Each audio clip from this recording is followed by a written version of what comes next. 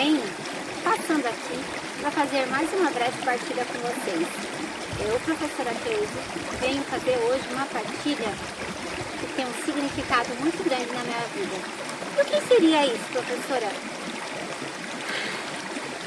Agradecer. Vamos agradecer a vida? Vamos?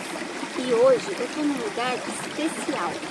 Vocês devem estar escutando um barulhinho de água, pedras, muito verde ao redor. Está um dia lindo, tem um sol maravilhoso.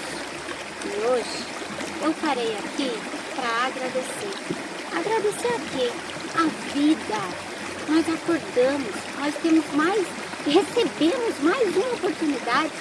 Vamos agarrar essa oportunidade, vamos trocar o nosso olhar, vamos mudar a nossa visão.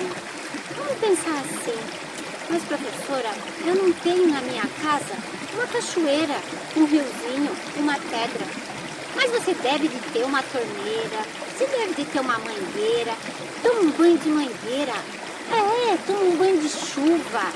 E sabe, você pode ainda fazer melhor. Fazer do teu banho um presente para você. Um momento de celebrar a tua saúde. Parou para pensar quantas pessoas nesse momento não conseguem nem tomar banho sozinho e você consegue? Vamos agradecer, vamos cuidar desse corpo, vamos nos cuidar, vamos nos acolher. Eu preciso me amar para poder amar alguém.